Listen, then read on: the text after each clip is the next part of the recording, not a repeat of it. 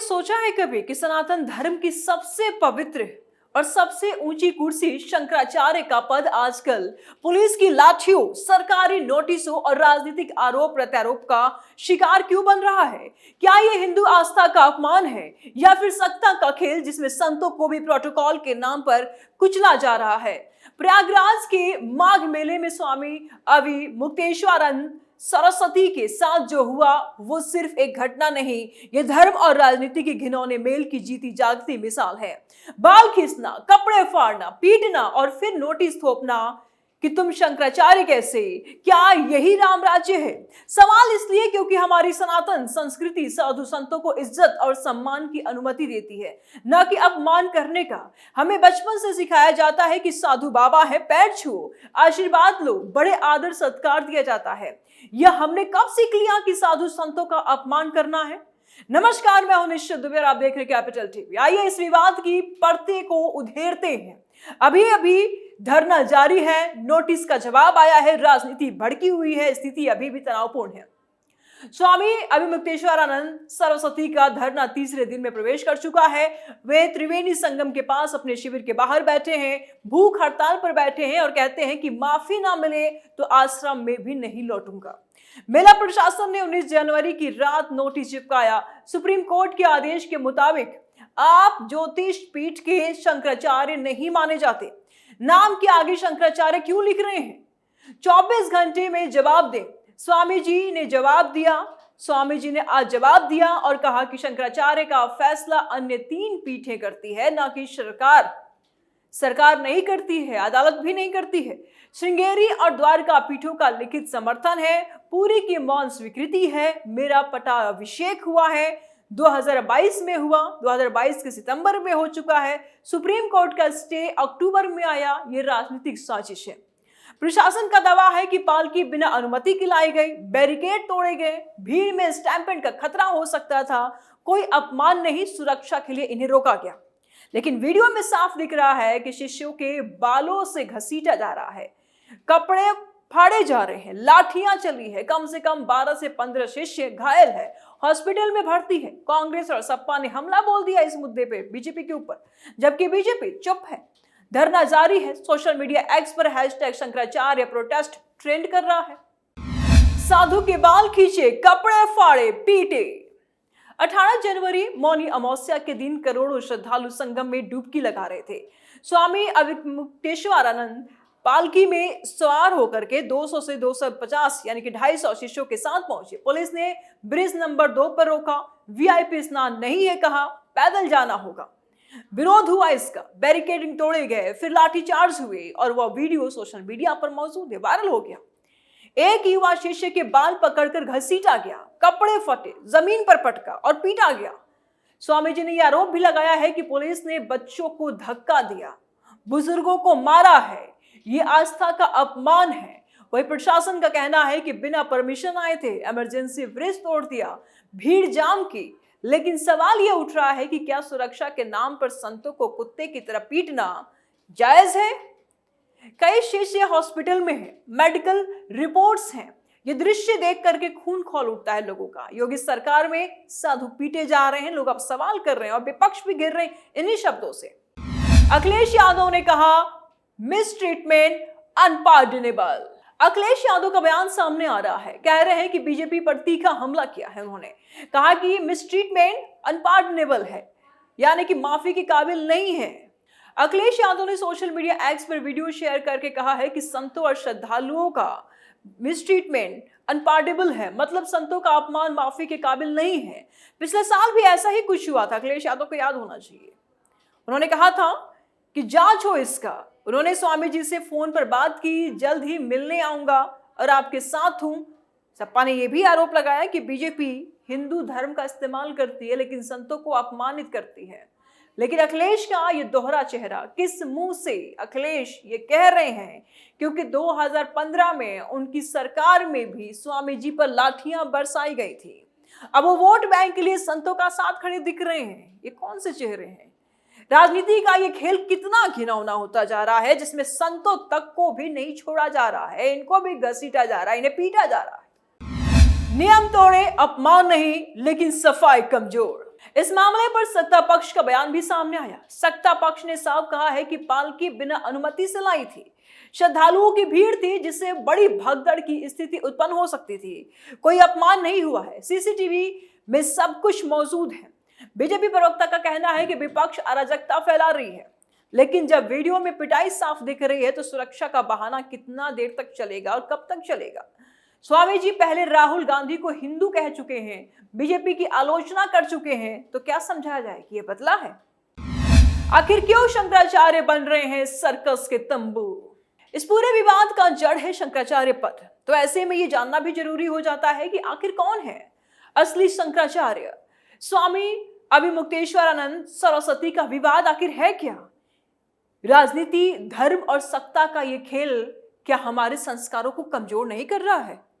आपने कभी सोचा है कि हिंदू धर्म की सबसे ऊंची सीटों में से एक है शंकराचार्य की कुर्सी? आजकल एक सर्कस का तंबू बन चुकी है, जहां साधु संतों के बजाय राजनीतिक गुंडे, अदालती वकील और मीडिया के तमाशाबीन घूम रहे हैं। प्रयागराज के माघ मेला में स्वामी अभिमुक्तेश्वरानंद सरस्वती का ताजा ड्रामा तो बस एक झलक है इस गंदे खेल की। यहाँ साधुओं के बाल खींचे जा रहे हैं, उनके कपड़े फाड़े जा रहे हैं और पीट पीट कर उनका अपमान किया जा रहा है, और वो भी योगी आदित्यनाथ की रामराज्य वाली सरकार में। लेकिन असली सवाल ये है कि कौन है असली शंकराचार्य? क्या अभिमुक्तेश्वरानंद एक सच्चे संत है या राजनीति के पिट्ठू? क्या योगी सरकार हिंदू धर्म की रक्षा कर रही है या उससे राजनीतिक हथियार बना रही है? विपक्ष तो यही आरोप लगा रही है। पल पल रंग बदलते हैं अखिलेश यादव ने बीजेपी पर तीखा हमला बोला कि कमीशन का नया खेल। समाजवादी पार्टी के मुखिया अखिलेश यादव ने इस विवाद को राजनीतिक हथियार बना लिया। 19 जनवरी को सोशल मीडिया एक्स पर पोस्ट किया, मेला में कमीशन के लिए खेल शुरू हो गया। उन्होंने लिखा, बीजेपी वाले संतों का अपमान कर रहे हैं। ये भी उन्होंने लिखा, जो मेला की बद इंतजामी पर बोलते हैं उन्हें निशाना बनाया जा रहा है। ये भी अखिलेश यादव ने लिखा। उन्होंने वीडियो शेयर किया जहां साधु को पीटते दिखाया गया और जांच की मांग की। उन्होंने स्वामी जी से फोन पर बात की और उन्होंने ये भी कहा कि मैं जल्द मिलने आऊंगा, आपके साथ हूं। अखिलेश ने बीजेपी पर आरोप लगाया कि ये मेगा करप्शन का नतीजा है। मेला में कमीशन के चक्कर में संतों को दबाया जा रहा है। अखिलेश का ये बयान कितना चालाकीपन है ये आप जरूर देखेंगे। अखिलेश का ये बयान चालाकियों से भरा हुआ है। वो बीजेपी को हिंदू विरोधी ठहरा रहे हैं, जबकि खुद पर पहले आरोप लग चुके हैं। याद कीजिए 2015 में अखिलेश की सरकार में भी स्वामी अभिमुक्तेश्वरानंद पर लाठी बरसाई गई थी। यही थे, इन्हीं के ऊपर लाठियां चली थी। लेकिन अब वो बीजेपी पर हमलावर है। राजनीति का ये दोहरा चेहरा कितना घिनौना है। अखिलेश कहते हैं कि संतों का अपमान संतान परंपरा का अपमान है, लेकिन सवाल ये है कि क्या यही सहानुभूति, ये सच्ची सहानुभूति है या वोट बैंक की राजनीति है? क्योंकि आपके सरकार में भी तो यही हाल हुआ था। वीडियो तो सोशल मीडिया पर स्क्रॉल हो ही रहे हैं। योगी सरकार ने दी सफाई। योगी सरकार की तरफ से सफाई सामने आई है। सफाई देते हुए कहा कि नियम तोड़े इन्होंने, इनका अपमान नहीं हुआ। बीजेपी और योगी सरकार ने तुरंत पलटवार किया।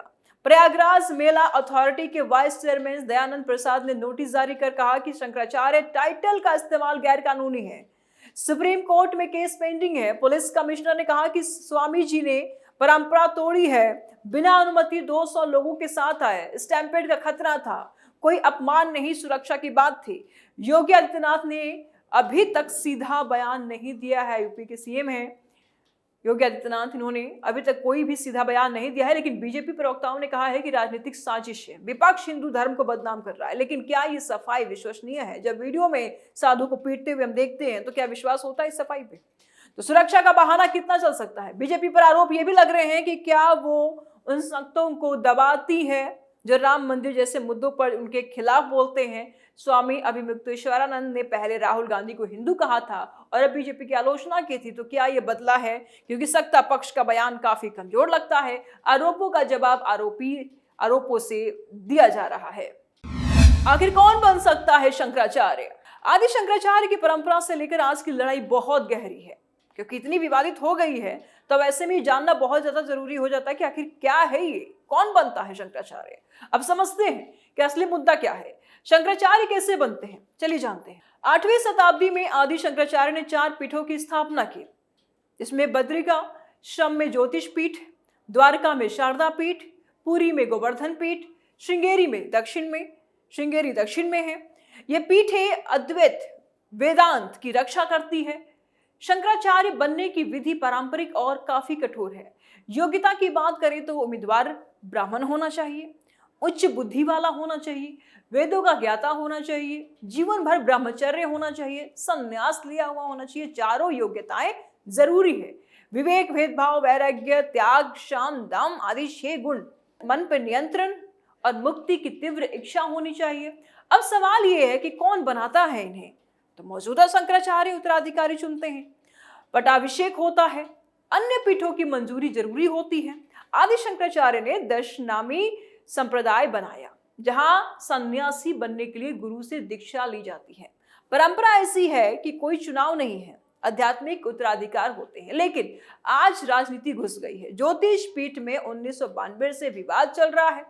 स्वामी स्वरूपानंद, जो कि अभिमुक्तेश्वरानंद जी के गुरु हैं, उनके निधन के बाद स्वामी वासुदेवानंद वर्सेस अभिमुक्तेश्वरानंद का विवाद चला। अभिमुक्तेश्वरानंद का दावा है कि श्रृंगेरी और द्वारका पीठों का समर्थन और पूरी की मौन स्वीकृति मिली है, लेकिन सुप्रीम कोर्ट में केस चल रहा है। 2022 में पटाभिषेक पर रोक लगा दी गई थी, लेकिन अभिमुक्तेश्वरानंद कहते हैं कि मेरा अभिषेक पहले हो चुका है। राजनीति तय नहीं कर सकती है, उनका यह कहना है। क्या ये विधि आज भी शुद्ध है? तो जवाब यही है, नहीं। राजनीति ने इसे गंदा कर दिया है। समर्थक संतों को प्रमोट, विरोधियों को दबाना, आदि शंकराचार्य की शानदार परंपरा अब अदालती लड़ाई बन गई है। 1992 से साजिशें, विवाद नया नहीं। इस पद पर विवाद 1992 से चला आ रहा है। स्वामी स्वरूपानंद के समय से ज्योतिष पीठ पर दावा किया जा रहा है, लेकिन 2022 में सुप्रीम कोर्ट में याचिका दाखिल की गई, जिसमें अभिमुक्तेश्वरानंद के पटाभिषेक पर रोक लगा दिया गया। लेकिन वे कहते हैं कि अभिषेक सितंबर 2022 में ही हो चुका है। कोर्ट का आदेश अक्टूबर का है। आरोप लगाते हुए कहा कि बीजेपी उन्हें दबा रही है क्योंकि वो राम मंदिर के खिलाफ बोले या राहुल गांधी को समर्थन दिया। वहीं दूसरी तरफ प्रशासन का कहना है कि आप नकली शंकराचार्य हैं, सुप्रीम कोर्ट में साबित करो। कांग्रेस कहती है कि बीजेपी हिंदू संतों को कुचल रही है। बीजेपी कहती है कि विपक्ष अराजकता फैला रही है। ये आरोप प्रत्यारोप कितने विवादित हैं? क्या अभिमुक्तेश्वरानंद असली हैं? 2 पीठों का समर्थन है, लेकिन सुप्रीम कोर्ट कहता है कि पेंडिंग है। असली शंकराचार्य आखिर कौन है? शायद वो जो राजनीति से काफी दूर है। लेकिन आज कौन है ऐसा? इन सब से अलग हिंदू धर्म का अपमान है ये राजनीतिक खेल, ये पूरा विवाद हिंदू धर्म की दुर्दशा दिखाता है। साधु पीटे जा रहे हैं, शंकराचार्य का अपमान हो रहा है और राजनीति चमक रही है। असली शंकराचार्य शायद अभिमुक्तेश्वरानंद, अगर परंपरा की मान ले तो, लेकिन सरकार और अदालत तय करेगी। क्या राम राज्य में साधुओं के बाल खींचे जाते हैं? सवाल अभी भी यही है। वोट के लिए अखिलेश संतों का इस्तेमाल नहीं कर रहे हैं क्या? उन्हीं की सरकार में वही संत पीटे जाते हैं और आज उन्हीं के लिए सहानुभूति है उनके मन में। अंत में यही सवाल कि हिंदू आस्था हार रही है, क्या बदलाव आएगा या ये खेल जारी रहेगा? इसका जवाब हम आप पे छोड़ते हैं। कैपिटल टीवी की स्पेशल स्टोरी पर फिलहाल इतना ही। आगे की अपडेट के लिए देखते रहिए कैपिटल टीवी। नमस्कार।